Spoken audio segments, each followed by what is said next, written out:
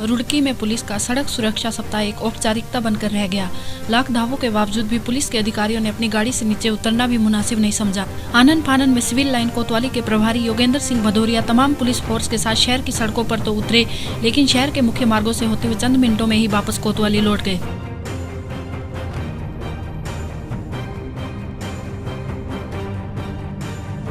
ये उच्च अधिकारियों के आदेशानुसार ये सड़क सुरक्षा सप्ताह के रूप में एक जागरूकता पैदा करने के लिए ये रैली निकाली गई थी कि जिसमें जागरूकता पैदा की जाए, जिससे कि जो नासमझ हैं या इन बातों पर इग्नोर करते हैं इन बातों को कि हेलमेट कोई खास चीज़ नहीं है, लेकिन कुछ ऐसा भी सोच इनकी बन गई है कि अगर हम शहर के अंदर चल रहे हैं तो हेलमेट पहनना जरूरी नहीं है।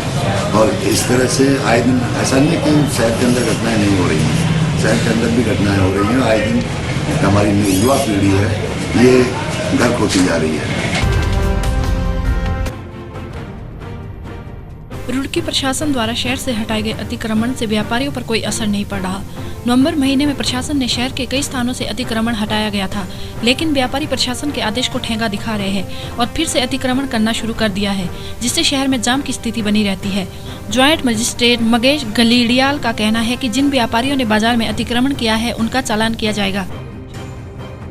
इसमें प्रथम चरण में हम लोग ये सोचेंगे कि जो भी दुकानदार सामान बाहर रख रहे हैं और अपने जो उनका गेट है उससे बाहर, जिससे कि यात्रियों को आने जाने वालों को परेशानी हो रही है, उसमें शुरुआत करेंगे कि पहले चालान काटना शुरू करेंगे, फिर उसके बाद आगे दूसरी बार कोई पकड़ा जाता है फिर उस पर और कार्यवाही। तो इस तरह से एक प्लानिंग करके मैं पुलिस और नगर निगम के साथ एक बैठक करके ये सोच रही हूँ कि इसमें प्रॉपर प्लानिंग करके इसको दोबारा से हटाना है। अब तो देखिए उनको यही निर्देश दिए गए थे कि नाली के लेवल पे स्लैब बनाएंगे, तो अगर वो स्लैब नहीं बना रहे हैं तो निश्चित रूप से उन पर फिर से कार्यवाही करेंगे और एक बार देखेंगे कि उनकी साइड पे बनाए हैं।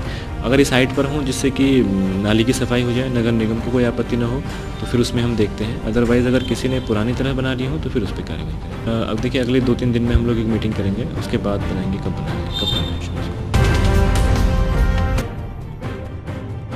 यूपी के बुलंदशहर में बीते 11 सालों से 14 साल की एक बच्ची ने खाना नहीं खाया। वह एक अनजान बीमारी का शिकार है। लाखों रुपए खर्च होने के बाद भी अलीगढ़ मेडिकल और एम्स के डॉक्टर उसकी बीमारी का पता नहीं लगा सके। 14 साल की रहमत कैरम की माहिर खिलाड़ी है, वो गुनगुना सकती है। बेटी के इलाज के लिए अपनी जमीन बेचकर कर्जमंद होने के बाद अभी ये परिवार पीएम नरेंद्र मोदी व यूपी के सीएम अखिलेश यादव से इलाज की गुहार लगा रहा है। मेरा नाम रहमत मलिक है, मैं कक्षा 9 में पढ़ती हूँ और मेरा मुंह नहीं खुलता बिल्कुल भी। मैं खाने में बहुत ज़्यादा परेशानी होती है और मैं देखती हूँ कहीं शादी में जाती हूँ, कहीं स्कूल में बच्चों को देखती हूँ, वो सभी लंच करते हैं लेकिन मैं उन्हें देखती रहती हूँ क्योंकि मैं खा नहीं सकती। मैं चाय दूध और इसी के सहारे रहती हूँ। मेरे घर वाले जब खाना खाते हैं तो मैं उन्हें देखती हूँ, मम्मी बहुत परेशान होती हैं, पापा भी नहीं खा पाते हैं ढंग से, कि वो सोचते हैं कि बच्चे खा लें तो हम कैसे खाएं, तो इसलिए मुझे बहुत ज़्यादा परेशानी होती है। मैंने उसको अलीगढ़ मेडिकल कॉलेज में ले जाकर चेकिंग कराया, एडमिट कराया। वहाँ पर डॉक्टरों ने 1 साल चेकिंग करने के बाद में कहा कि इसकी मुँह की सर्जरी होगी, तो उन्होंने 2007 में मुँह की सर्जरी की।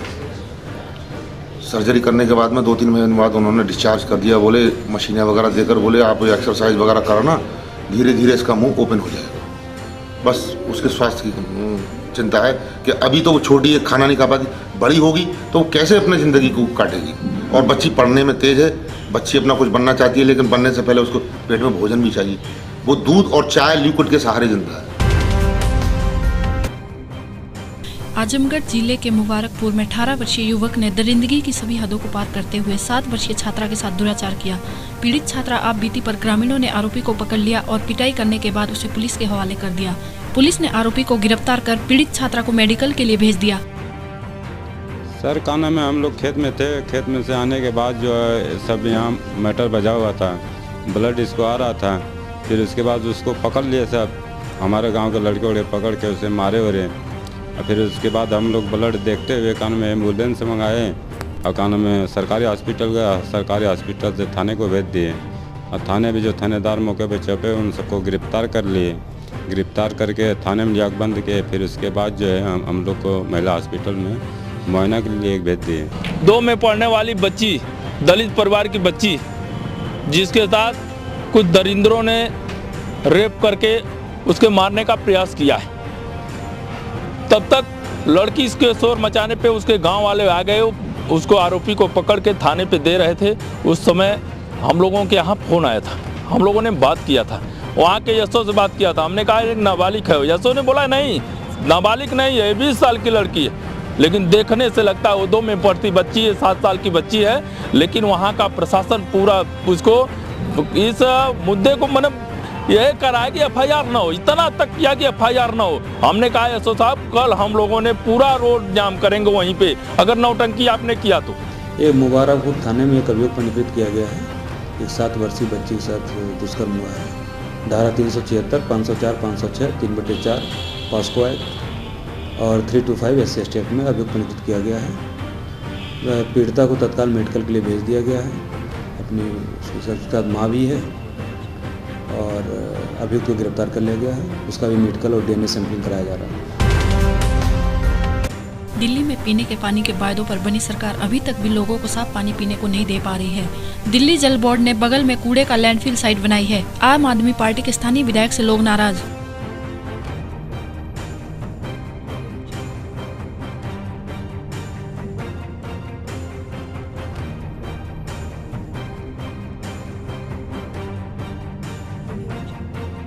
बसंत दादा पाटिल नगर में आज 30 साल से हैं सर। जो समस्या यहाँ 1-1.5 साल से हो रहा है, ये जहरीला जीवन कभी जीने को नहीं मिलता था। एक तो जहरीला पानी खतरे से रिस्क आ रहा है, इससे हमारे बच्चे जहर पी के घुट-घुट के लिए मर रहे हैं और इतना बीमार हो रहे हैं बच्चे कि उसके लिए जो है कहीं से दवा लाएंगे, क्या करेंगे, गरीब आदमी कैसे क्या करेंगे, उसके लिए रास्ता नहीं है सर। यहाँ को बार नहीं आए। कौन विधायक है आपके यहाँ के? वो आदेश हुए हैं। आदेश किस पार्टी से हैं? आम पार्टी। आम पार्टी से वो आए नहीं कभी यहाँ, किसी को ये दुख ही नहीं देखा क्या है, जब से जीते नहीं आए अब तक। केंद्र सरकार द्वारा अर्धकुंभ को किसी भी तरह की कोई मदद न करने से नाराज रुड़की के दर्जनों कांग्रेस कार्यकर्ताओं ने प्रधानमंत्री नरेंद्र मोदी का पुतला फूंका और जोरदार नारेबाजी की। इस दौरान कांग्रेस नेता सुधीर शांडिल्य का आरोप था कि ऐसा पहली बार हो रहा है जब किसी सरकार ने अर्धकुंभ में कोई बजट न दिया हो। उनका कहना था कि भाजपा सरकार उत्तराखंड के साथ सौतेला व्यवहार अपना रही है, क्योंकि हरिद्वार में अर्धकुंभ लगा है और अर्धकुंभ में किसी भी प्रकार का सहयोग नरेंद्र मोदी जी ने नहीं दिया। जो केंद्र सरकार द्वारा धनराशि दी जाती है वो अब तक धनराशि नहीं दी गई। सस्ता राशन केंद्र सरकार द्वारा दिया जाता है, अब तक वो नहीं दिया। जबकि पहला स्नान 14 तारीख को बहुत ही सफलतापूर्वक हो चुका है। अभी भी प्रधानमंत्री जी का ध्यान हिंदुओं के पवित्र आस्था पर नहीं गया है। ये अर्धकुंभ देश विदेशों में विख्यात है। ये हमारी हिंदुओं की सभी संस्कृति का जो एक बहुत ही बड़ा पर्व है। पुलिस विभाग में एक लंबी पारी खेल चुके यूपी के पूर्व DGP अरविंद कुमार जैन अब राजनीति में अपना भाग्य आजमाएंगे। मेरठ में वैश्य महासंघ के सम्मान समारोह में शिरकत करने पहुंचे अरविंद कुमार जैन ने कहा कि उन्होंने भाजपा से शहर विधानसभा के लिए टिकट की मांग की है। उम्मीद है जल्द ही भाजपा के वरिष्ठ नेता उन्हें पार्टी ज्वाइन कराएंगे।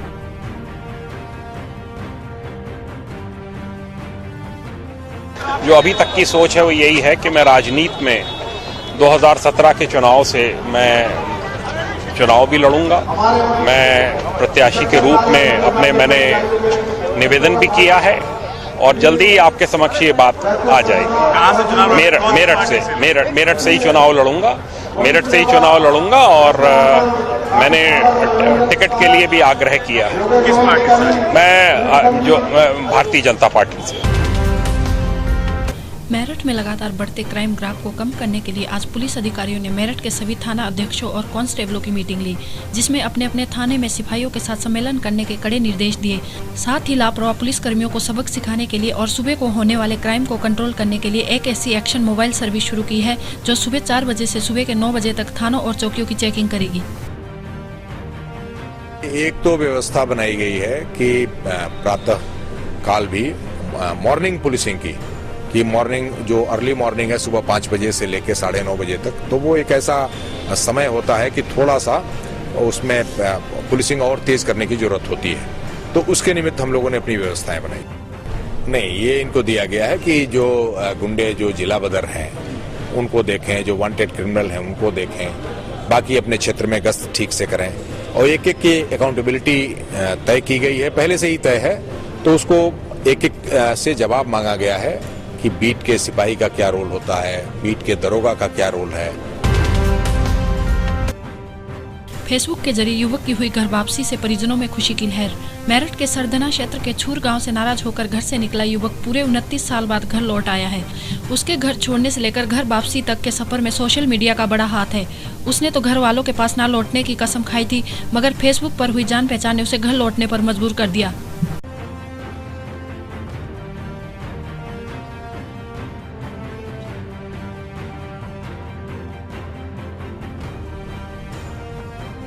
मामला ये था सर कि इनका विचार दिल्ली में बिजनेस करने का था। अब ये यहाँ आया, इसने हमारे सामने बात रखी, वह अच्छा हमारा ऐसे ऐसे विचार है। हमने से बताया भैया अभी वो ठहर जाओ, थोड़े दिन बात कर लियो। अब ये यहाँ से ऐसे बिना कहे चले गए और वहाँ से बिजनेस के पर्पज से फिर हमारे से गायब हो गए, बिना बताई घर से गायब रहे। करीब कितने दिन पहले? करीब होगी 28 साढ़े 28 साल की बात होगी लगभग। तो इसके बाद फेसबुक पे बच्चों के संपर्क हुआ और उससे भेद खुला। फिर ये बस पता चलते फिर ये इधर को चले।